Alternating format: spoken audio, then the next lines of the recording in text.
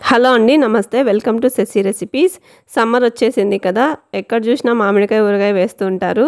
దానికోసం ఫ్రెష్గా మామిడికాయలు తీసుకుంటున్నాను. ఇలా తీసిన మామిడికాయలు జీడి మొత్తం పోయేటట్టు కాసేపు పక్కన పెట్టి వాటర్లో వేసి బాగా వాష్ చేసుకోండి.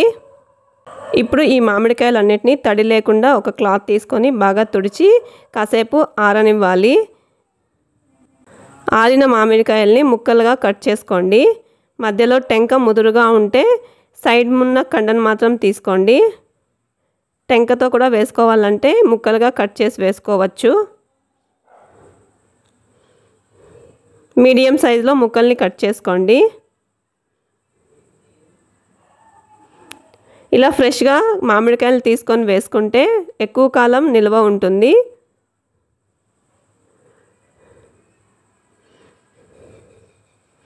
కట్ చేసుకున్న మామిడికాయ ముక్కలన్నీ ఒక బెడల్పైన బౌల్లోకి వేసుకోండి.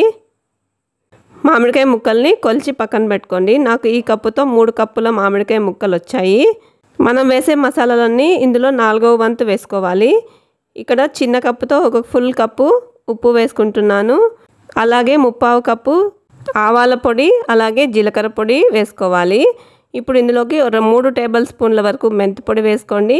1.5 కప్పు వరకు కారం వేసుకోండి. కారము ఉప్పు కొంచెం ఎక్కువగానే పడుతుంది.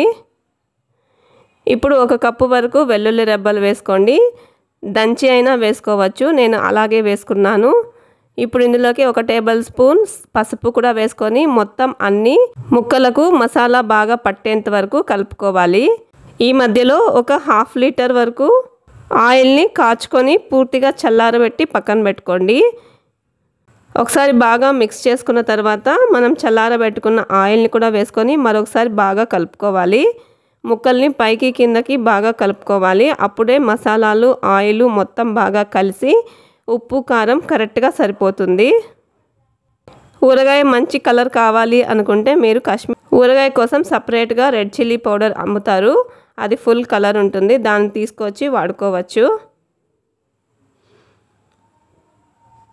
ఇలా బాగా మిక్స్ చేసుకుని ఒక బకెట్లో కానీ లేదంటే ఊరగాయ జాడీ ఉంటే అందులో కానీ వేసుకొని ఒక 3 రోజుల వరకు అలాగే వదిలేయాలి.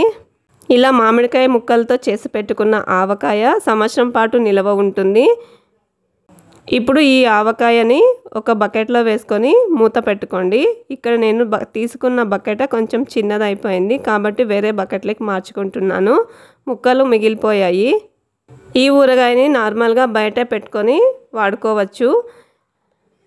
కలర్ అలాగే ఉండాలి అంటే ఫ్రిడ్జ్లో కూడా పెట్టుకోవచ్చు.